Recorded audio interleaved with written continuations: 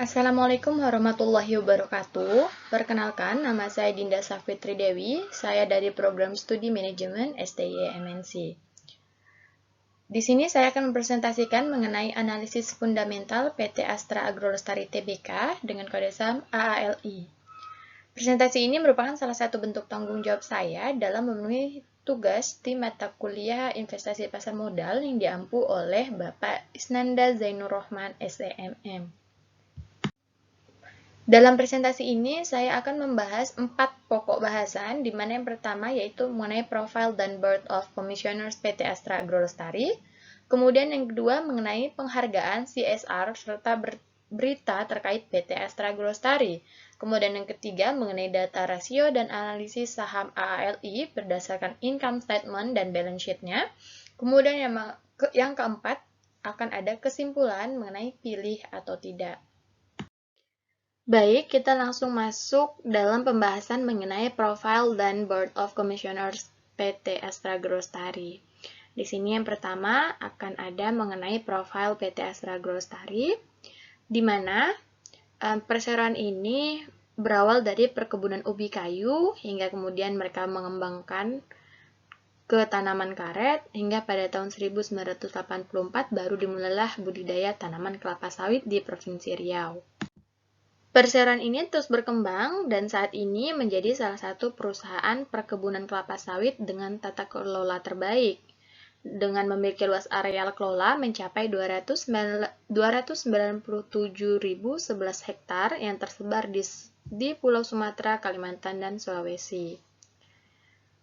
Sampai dengan tahun 2016, perseroan ini telah bekerja sama dengan 51.709 petani kelapa sawit yang bergabung dalam 2.396 kelompok tani.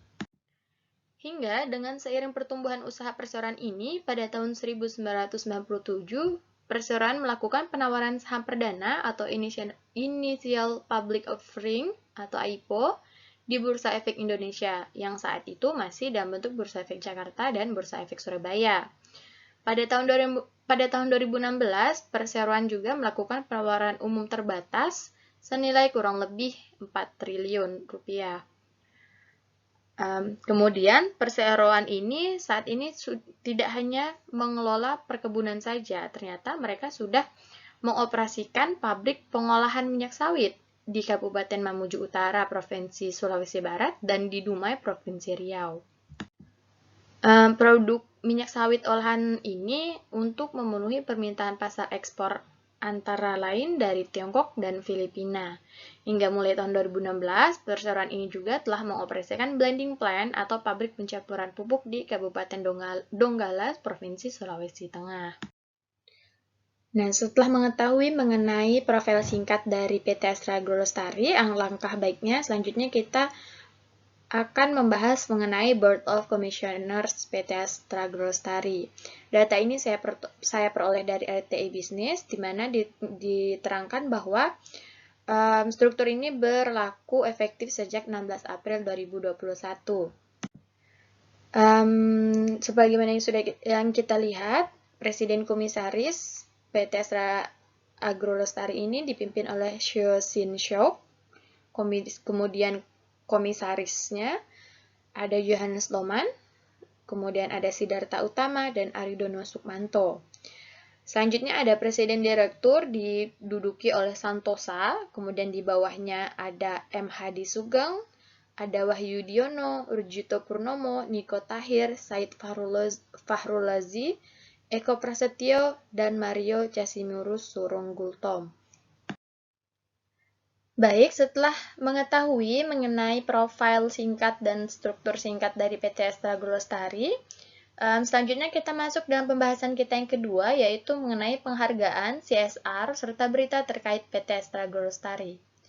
Yang pertama, kita akan membahas mengenai penghargaan yang terlebih dahulu, di mana ternyata PT Astra Agrolestari ini telah banyak menerima penghargaan dari dalam dan bahkan dari luar negeri. Berikut ada beberapa penghargaan yang saya cantumkan yang pernah diraih oleh PT Astra Agrolestari.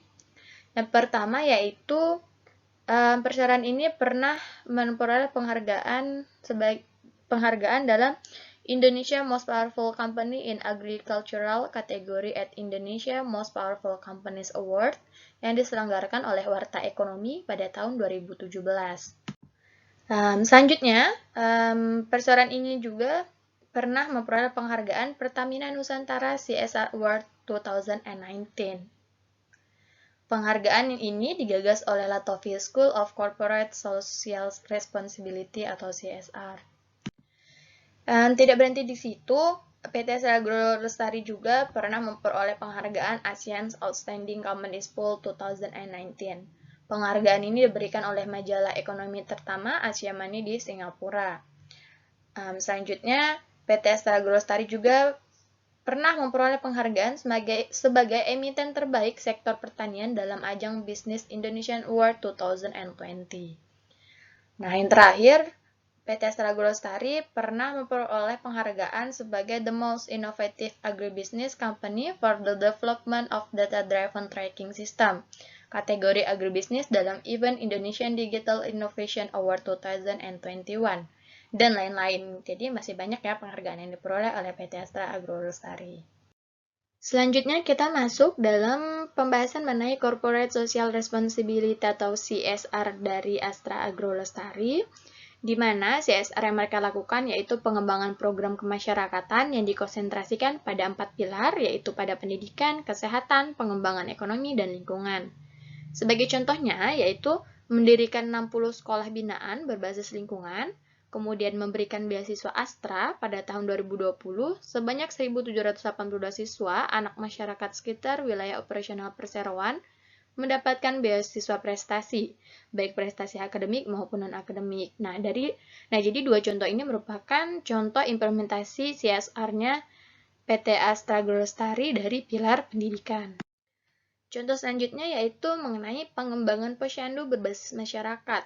Sepanjang tahun 2020, Perseroan telah membina 331 posyandu eksternal dari 191 desa yang tersebar di Sumatera sebanyak 142 posyandu, Kalimantan ada 93 posyandu, dan Sulawesi terdapat 96 posyandu. Nah, selain itu, bentuk CSR yang dilakukan Astra Agro Lestari ini juga dalam bentuk bantuan COVID-19, di mana mereka memberikan bantuan untuk masyarakat desa lingkar perseroan yang tersebar di dalam provinsi, yaitu di Provinsi Aceh, Jambi, Riau, Kalimantan Tengah, Kalimantan Selatan, Kalimantan Timur, Sulawesi Barat, dan Sulawesi Tengah.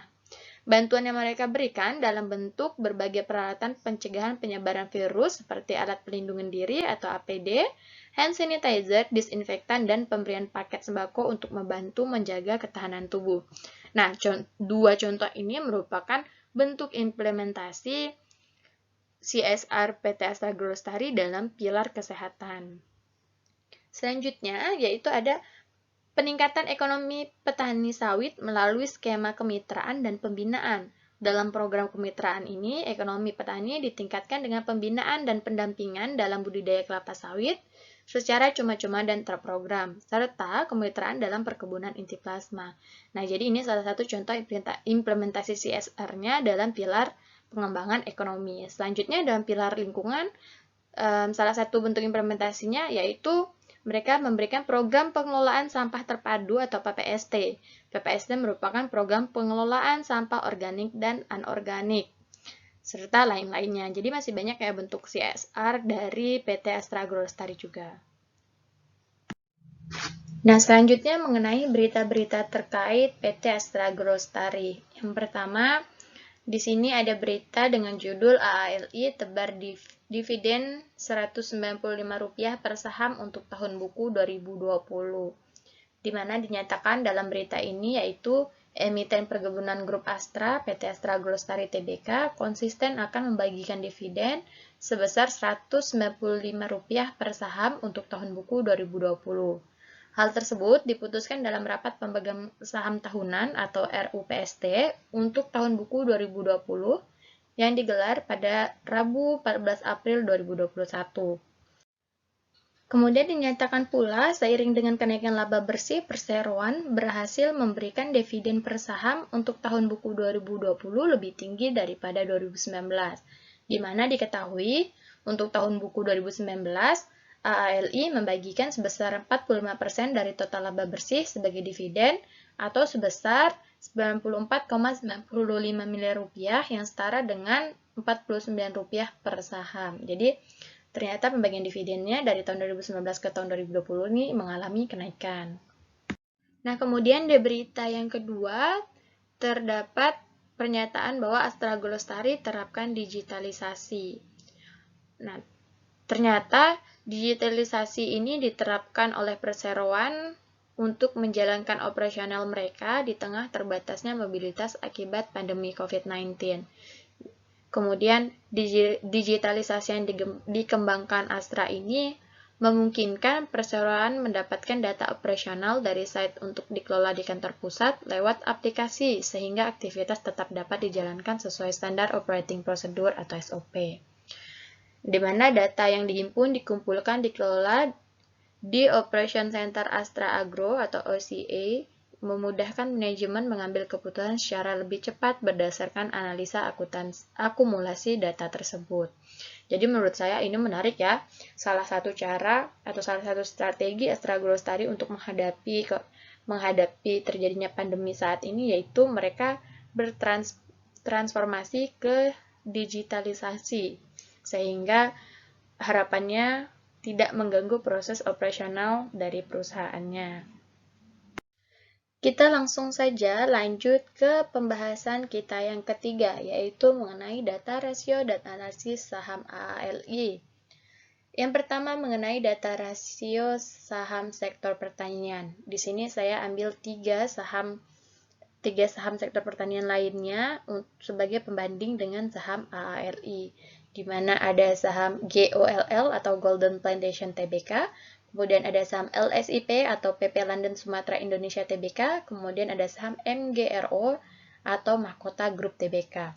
Langsung saja kita ke rasio yang pertama, yaitu Return on Equity atau yang disingkat dengan ROE, di mana AALI memperoleh 3,40%, kemudian GOL memperoleh minus 13,16%, kemudian LSIP memperoleh 7,50%, dan MGRO memperoleh minus 15,12%.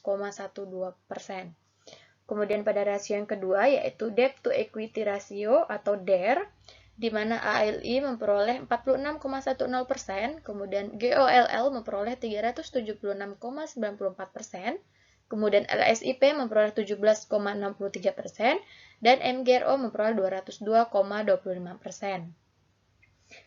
Selanjutnya pada rasio yang ketiga, yaitu Price to Earning Ratio atau yang disingkat dengan PER, di mana AALI sebesar 27,18 kali, kemudian GOL sebesar minus 2,84 kali, dan LSIP dengan 12,01 kali, kemudian MGRO dengan PER minus 30,63 kali.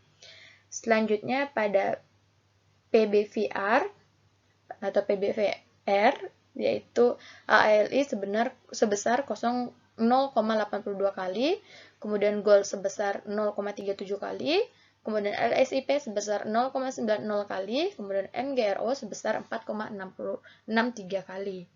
Yang terakhir yaitu mengenai dividen yield-nya, di mana AALI memberikan sebesar 2,13%, kemudian GOL tidak dicantumkan, selanjutnya LSIP sebesar 1,22% hingga MGRO sebesar 0,14%. Nah, setelah memperoleh data rasio dari beberapa saham tadi, langkah selanjutnya yaitu kita akan melakukan analisis ranking. Pada kesempatan ini, saya melakukan analisis ranking terhadap 3 saham, yaitu AALI, LSIP, dan MGRO.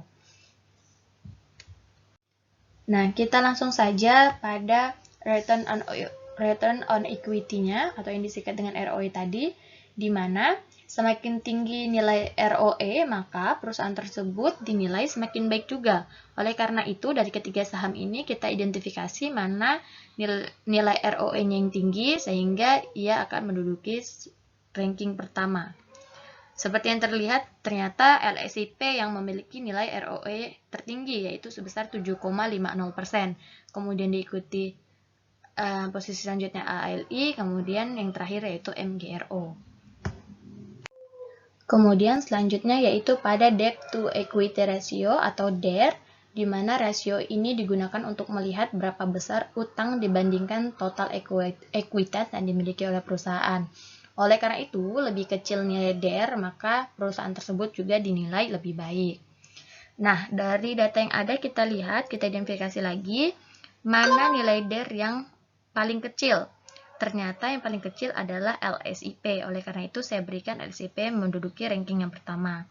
Kemudian diikuti DER yang kedua terkecil yaitu AALI yaitu 46,10%. Kemudian diikuti oleh saham MGRO.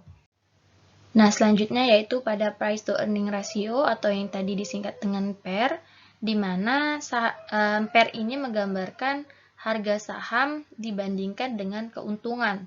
Oleh karena itu, sama halnya dengan DER tadi, semakin kecil nilai PER, maka harga saham tersebut juga akan semakin kecil. Oleh karena itu, investor akan lebih memilih saham dengan harga yang kecil.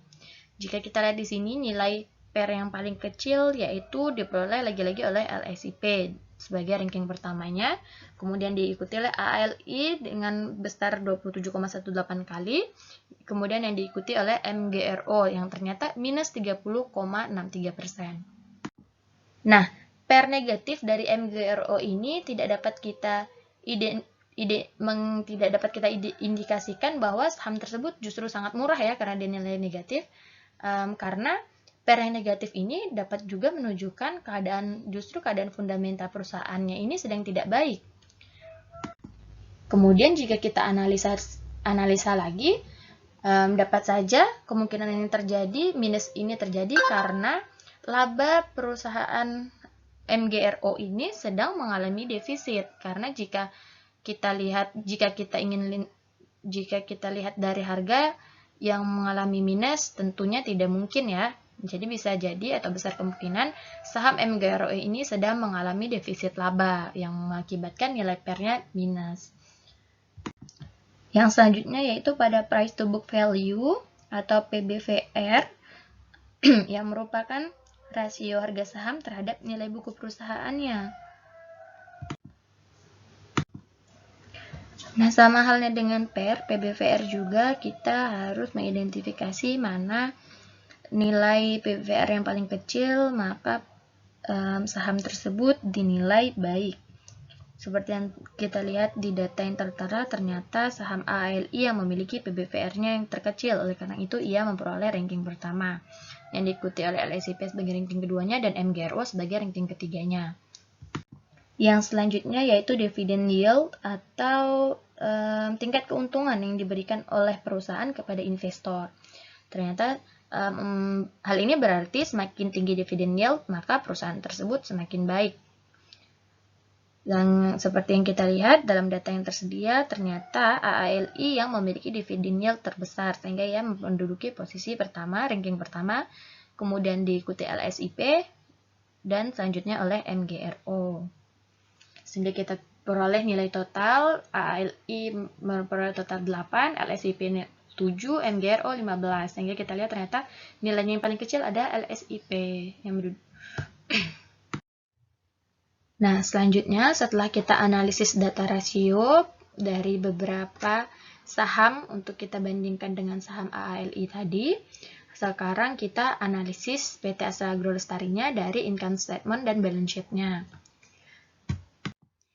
Kita mulai dari income statement-nya. Di sini ada net income, revenue, dan net profit margin-nya. Di mana seperti yang kita lihat, pada tahun 2016 sampai 2017 net income-nya stabil, namun pada tahun 2018 mengalami penurunan. Lagi-lagi pada tahun 2019 juga semakin mengalami penurunan. Namun pada tahun 2020 ternyata lebih meningkat dibanding 2019, hingga pada triwulan pertama 2021 net income-nya masih rendah ya pada triwulan pertama 2021. Kemudian kita lihat revenue-nya, di mana pada tahun 2016 hingga 2018 mengalami penaikan terus-menerus. Namun di tahun 2019 ternyata mengalami penurunan kembali. Pada tahun 2020 kembali naik, namun belum melebihi dari revenue tahun 2018 ya. Bahkan juga belum mencapai revenue tahun 2018, tapi dia sudah mengalami kenaikan dari 2019 ke 2020. Hingga pada triwulan pertama 2021 sudah menunjukkan revenue yang cukup baik. Oleh karena itu, dari net income dan revenue yang ada, kita lihat adanya net profit margin-nya. Ternyata dari tahun 2016 hingga 2019, NPM ini mengalami penurunan yang drastis ya. 2016 sampai 2019 hingga tahun 2020 sedikit mengalami kenaikan, namun pada triwulan pertama 2021 masih ternyata mengalami penurunan lagi atau belum lebih tinggi dari NPM 2020. Selanjutnya pada balance sheet-nya di sini ada equity, liability, aset, dan debt equity ratio-nya atau DER. Kita lihat yang pertama di sini equity-nya. Equity Astra Agrolestari memperlihatkan dari tahun 2016 hingga triwulan pertama 2021 bergerak secara fluktuatif namun tidak cenderung naik dan tidak juga cenderung turun. Kemudian diikuti oleh liability-nya juga yang bergerak fluktuatif, namun jika kita lihat ternyata dia cenderung semakin naik dari tahun ke tahun ya. Hal ini diikuti dengan aset, di mana asetnya juga bergerak fluktuatif, tidak cenderung naik, juga tidak cenderung turun, namun pada triwulan pertama 2021 sudah mencapai posisi paling tinggi ya dari tahun-tahun sebelumnya. Hal ini, sehingga kita bisa lihat debt equity ratio atau DER-nya dari tahun 2016-2017 sempat mengalami penurunan, namun dari 2017 hingga 2021 semakin mengalami kenaikan dari debt equity ratio, nilai debt equity ratio-nya. Nah, setelah menganalisis beberapa hal sebelumnya, saat ini kita sampai pada titik akhirnya, yaitu untuk menyimpulkan apakah saham AALI ini layak kita pilih atau tidak. Berdasarkan analisis kita sebelumnya, saham AALI ini dapat menjadi salah satu saham yang kita pilih, namun menurut saya saham ini tidak dapat menjadi pilihan utama, terutama jika kita analisis berdasarkan analisis kuantitatifnya ya. Karena tadi kita lihat dari analisis ranking data rasionya, ternyata nilai dari saham AALI masih lebih besar dibandingkan dengan nilai saham LSIP. Kemudian pada income statement-nya juga kita lihat ternyata net income ataupun revenue-nya juga cenderung fluktuatif dan cenderung mengalami penurunan. Oleh karena itu, saya menyimpulkan saham AALI ini masih bisa menjadi pilihan untuk berinvestasi, namun saran saya saham AALI ini tidak dapat kita jadikan pilihan utama kita untuk menginvestasikan dana. Nah, kemudian melihat dari analisis secara kualitatifnya, dari segi profil, kemudian penghargaan, CSR, dan berita-berita terkait Astra Agrolestari ini memperlihatkan bahwa kinerja perusahaan ini sangat baik ya, baik untuk internal perusahaannya maupun eksternal perusahaannya. Oleh karena itu, ini tadi yang saya bilang, alasannya bahwa saham AAL ini masih bisa kita pilih, tetap bisa kita pilih untuk kita investasi, namun tidak dapat untuk kita jadikan pilihan utama atau prioritas utamanya. Jadi ada kelebihan dan kekurangannya dari kualitatif maupun kuantitatifnya. Nah, itu dia presentasi dari saya. Mohon maaf sebesar-besarnya jika ada kesalahan-kesalahan atau kekeliruan yang saya sampaikan. Sekian dari saya. Wassalamualaikum warahmatullahi wabarakatuh. Terima kasih.